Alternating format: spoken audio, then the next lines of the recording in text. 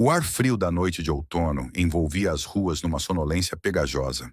Karina, uma estudante de 19 anos, apressava o passo para chegar em casa, atravessando um pátio já deserto.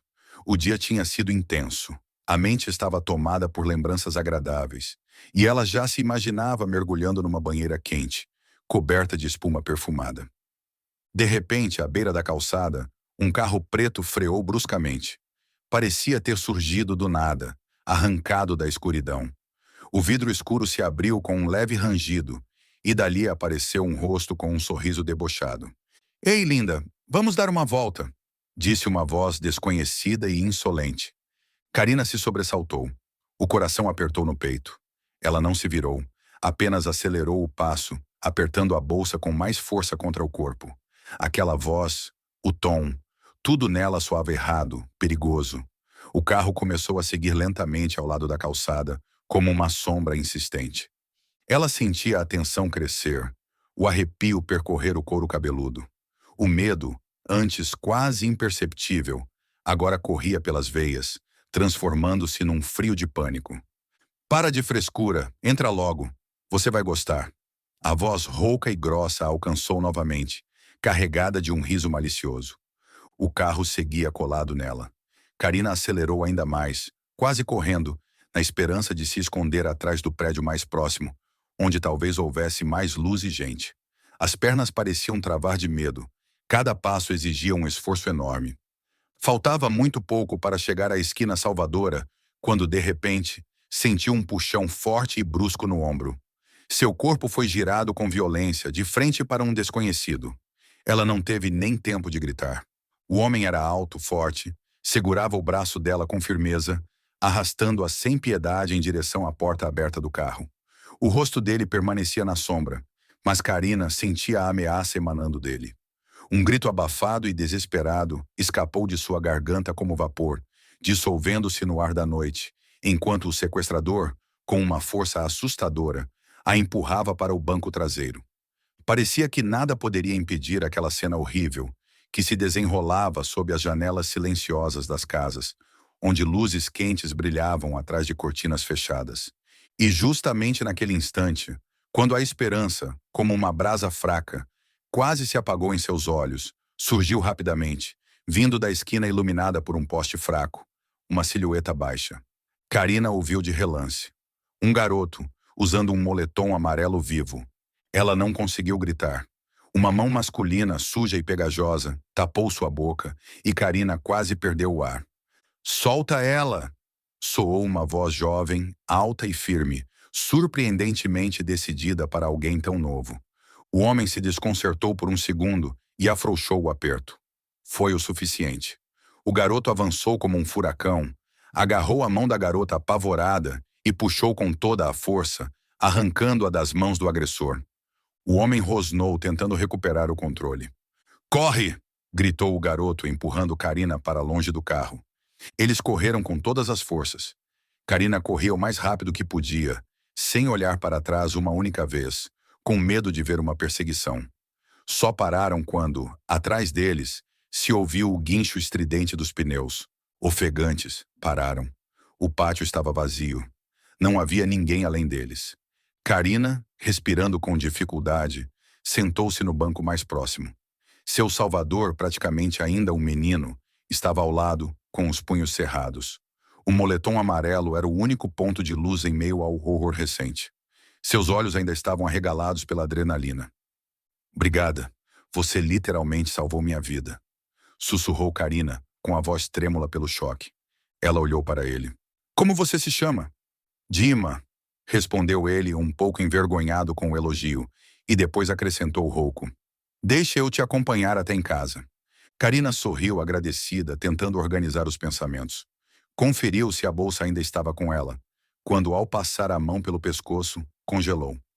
Os olhos se arregalaram. Não havia nada ali. Onde minutos antes pendia uma fina corrente de prata, com um medalhão antigo, agora não havia nada. "O pingente da minha avó." "Meu Deus, sumiu!" Escapou-lhe um sopro assustado. O pânico voltou com força total. Não era apenas uma bijuteria, nem só o único presente da avó querida, falecida havia apenas um ano. Era também uma peça muito valiosa. Um pequeno pingente de prata do século XIX que guardava lembranças preciosas, uma pequena imagem religiosa, e era passado de mulher para mulher na família, geração após geração. Karina virou a bolsa rapidamente, depois os bolsos do jeans, mais nada.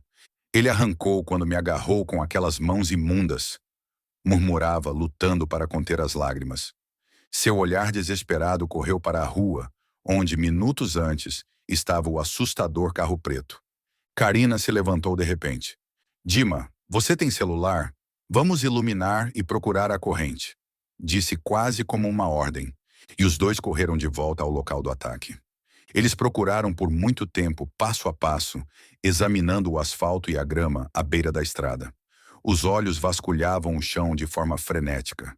Ajoelharam-se, espiaram debaixo dos carros estacionados, investigaram cada fresta. A esperança se esvaía a cada segundo. A luz fraca dos postes parecia não ajudar em nada. Karina e Dima iluminavam o chão com as lanternas dos celulares, mas tudo era em vão. Em determinado momento, Karina parou. Seu rosto empalideceu e o olhar se encheu de desespero. Não está aqui, sussurrou ao compreender o pior. Ele levou. A corrente está com ele. Uma sensação esmagadora de impotência tomou conta dela. Karina não se lembrava de absolutamente nada que pudesse ajudar. Nem da placa do carro, nem mesmo do rosto do homem. Toda a cena da luta havia se fundido num único pesadelo confuso. Apenas mãos suadas e pegajosas, um rosnado rouco junto ao ouvido, empurrões bruscos e uma respiração pesada. Se alguém perguntasse quem era o agressor, ela sequer conseguiria descrevê-lo para reconhecê-lo depois. E agora?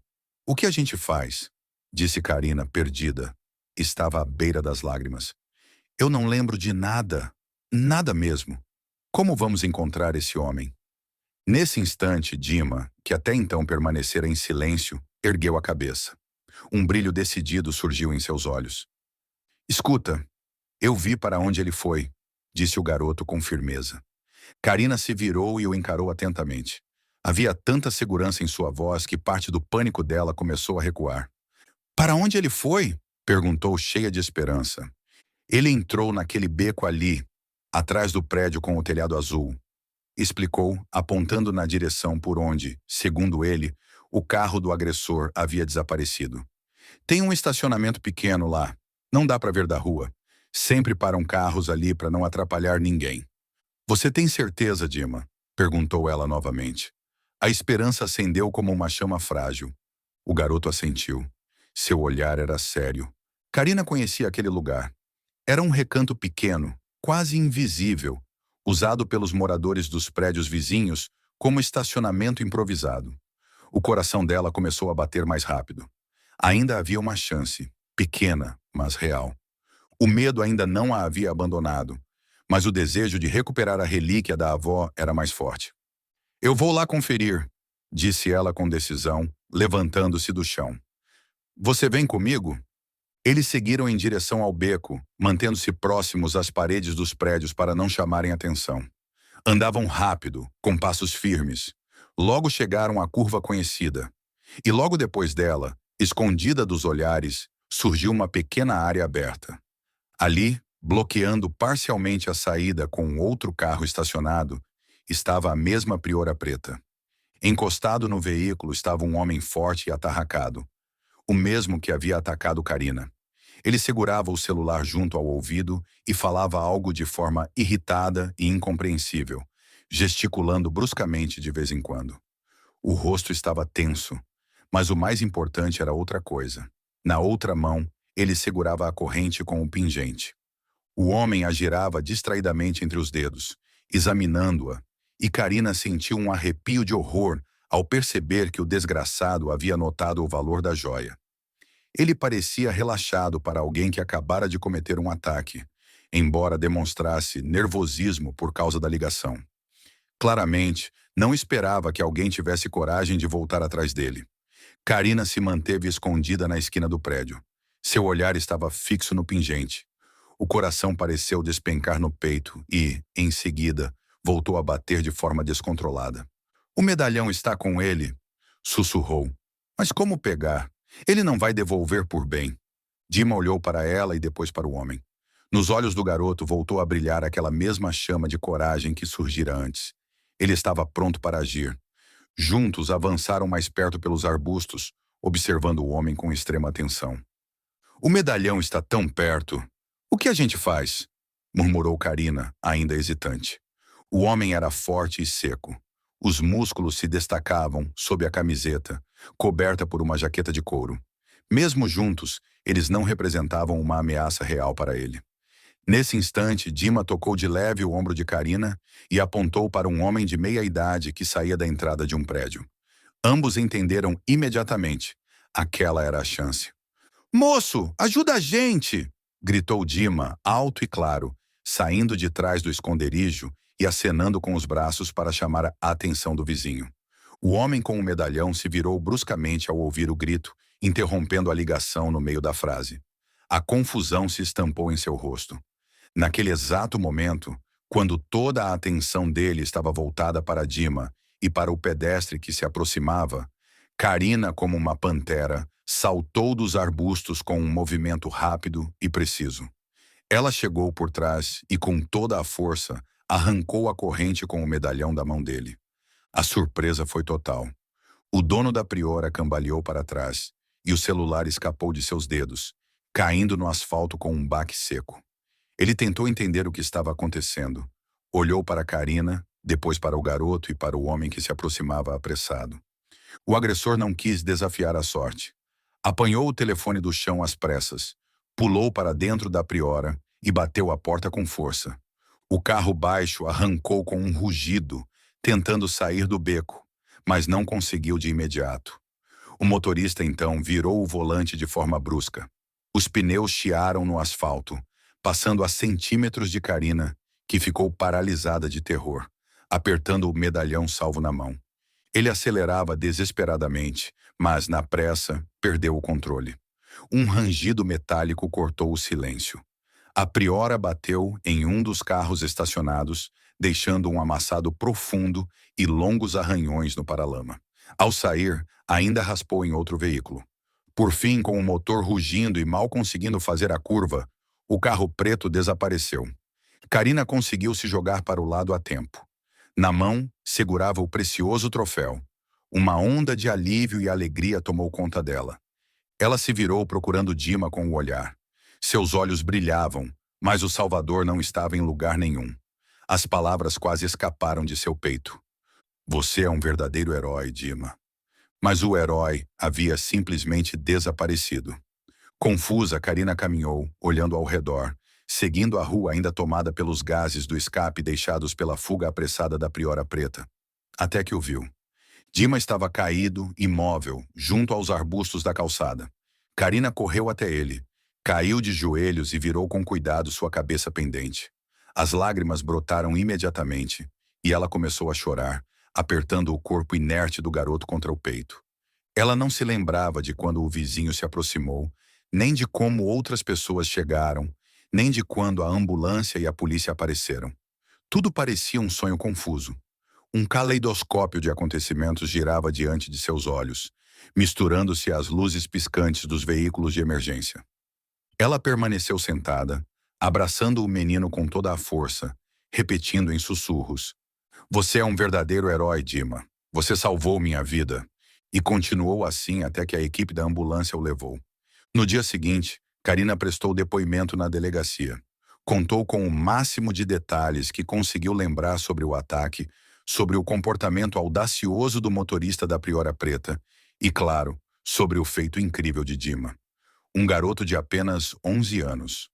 Descreveu como um menino, usando um moletom amarelo vibrante, não hesitou por um segundo antes de correr para ajudá-la. A polícia deu início à investigação.